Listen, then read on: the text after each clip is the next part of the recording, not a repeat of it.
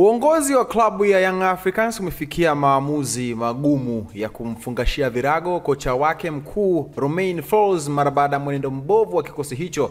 Ikumbuke kwamba kikosi hicho kimeweza kupoteza goli 1-0 wakiwa ugenini dhidi ya Silver Strikers ya nchini Malawi, pale ambapo mchezo umetamatika masaa kadhaa tu.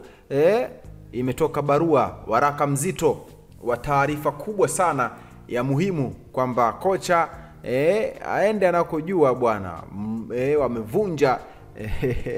Wamevunja mkataba wake. Taarifa hii kwa umma imetoka Oktoba 18 mwaka 2025, inasomeka hivi: uongozi wa Young Africans Sports Club unapenda kuutaarifu umma kuwa umevunja mkataba wa kocha mkuu wa kikosi cha kwanza Romain Folz.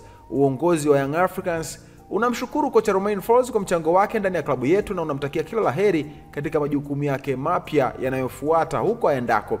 Katika kipindi hiki kikosi chetu kitakuwa chini ya kocha msaidizi Patrick Mabedi, huku mchakato wa kutafuta kocha mkuu ukiendelea.